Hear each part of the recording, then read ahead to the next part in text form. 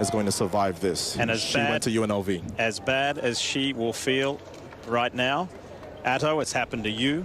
It's happened to Usain Bolt. Oh, yeah. It's happened to everybody. I got thrown out of the NCAAs and probably cost UCLA the national title in '95. I've never forgotten it. I also never false started again, but still a painful memory. So she gets to sit and watch this first heat. Aaliyah Hobbs trains in Baton Rouge, Louisiana, where they have lots of speed down there. They just won the NCAA men's team title. Coach Dennis Shaver and his staff continuing to churn out champions. But now Aaliyah Hobbs in her first Olympic trials in lane 4. On her right, red and white, Gabby Thomas and Desiree Bryant on the inside in 1.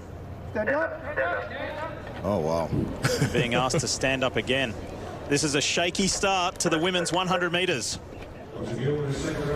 All right, while they reset, let's check in with the field events. These 4 heats of the women's 100 underway. Top 3 in each heat go through to the semis. What kind of a start is it from Aaliyah Hobbs? Gabby Thomas out well in that red and white. Desiree Bryant on the inside in 1. It's Gabby Thomas. Gabby Thomas now. Aaliyah Hobbs comes back. Thomas with the win.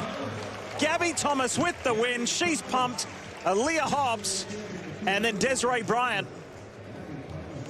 So it may have taken 3 attempts at it, but finally the first heat gets done and Gabby Thomas is the winner. And I told you that nobody's going to ignore Gabby Thomas. That's a lifetime best for her, 11 flat. Anytime you start talking about 10-9 anything, you have a chance to be on any team. And Gabby Thomas got a decent start.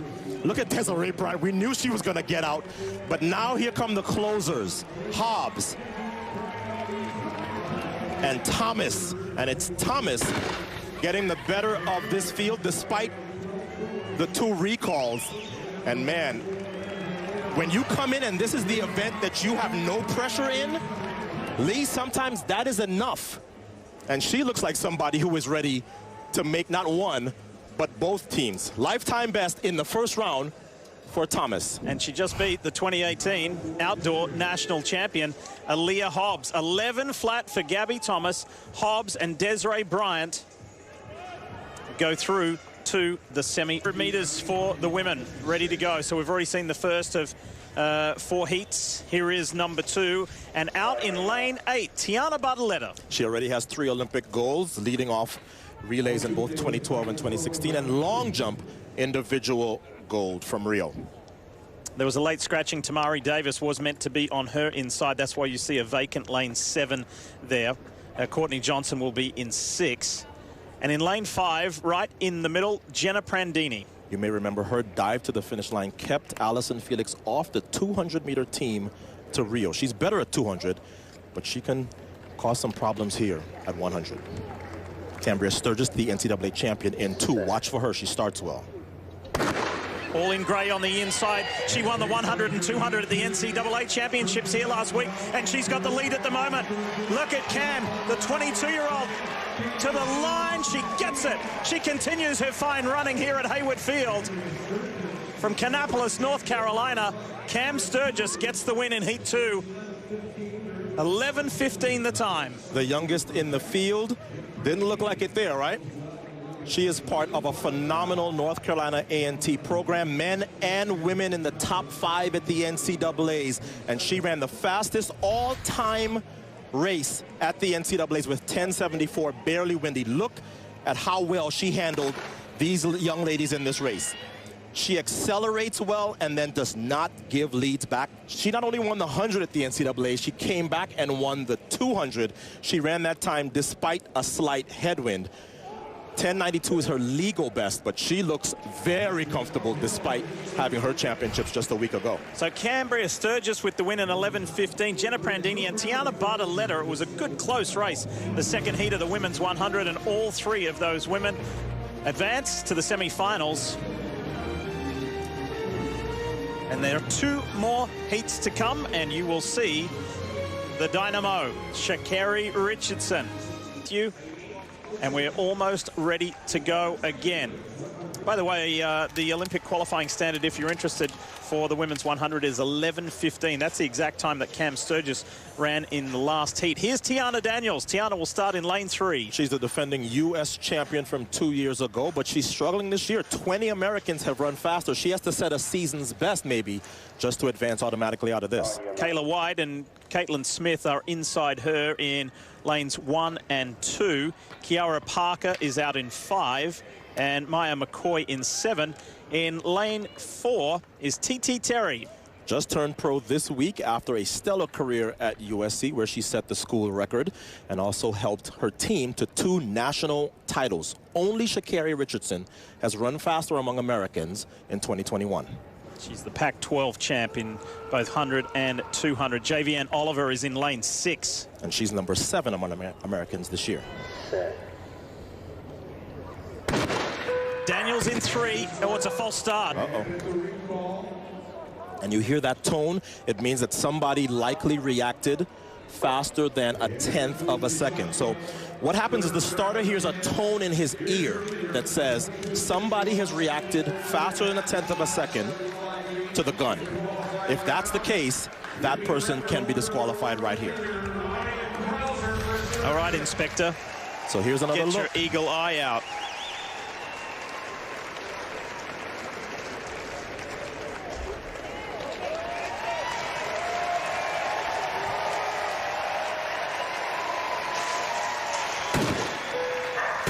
I didn't see any movement before the gun or too soon. So there is the green card indicating that nobody has been charged, and everybody can exhale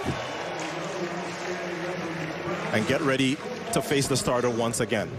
So in the middle of the track, Daniels and Terry, they're very familiar with each other, Lee.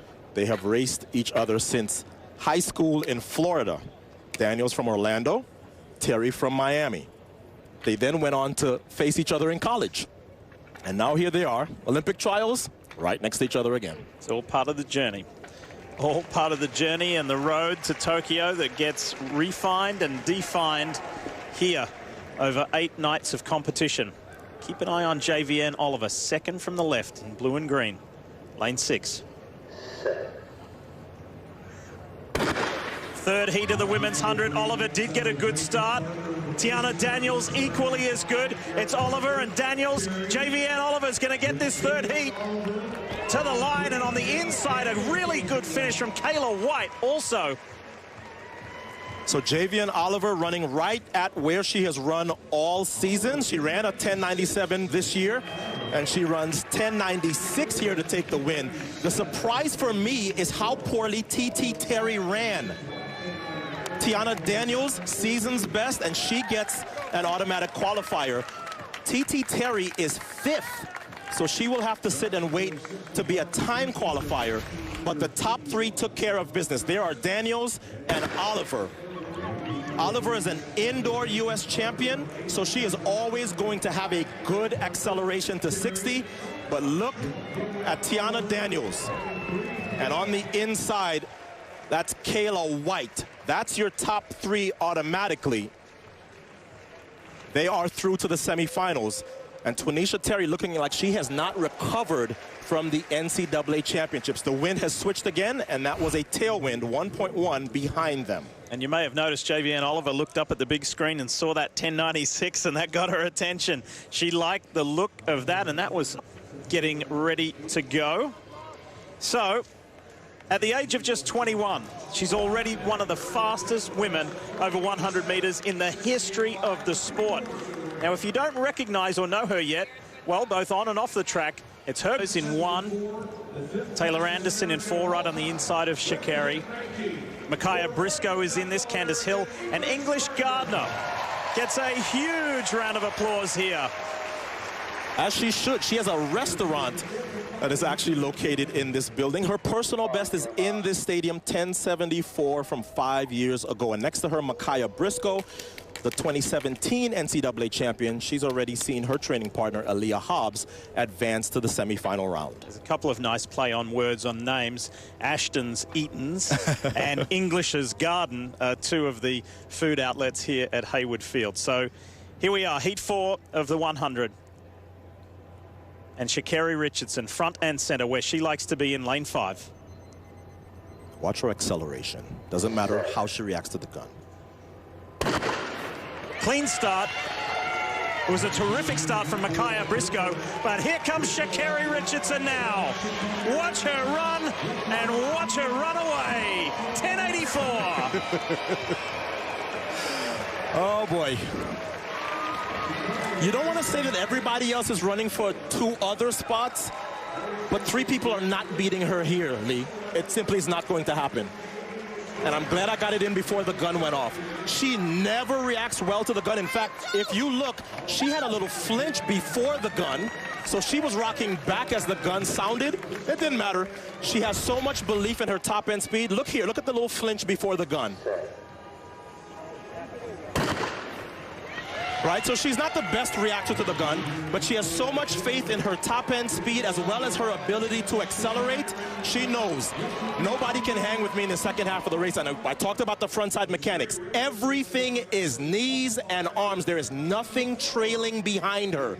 As a coach, this is what you spend all day telling your sprinters to do. Sha'Carri Richardson has it in spades. And now we're going to go inside what we just saw.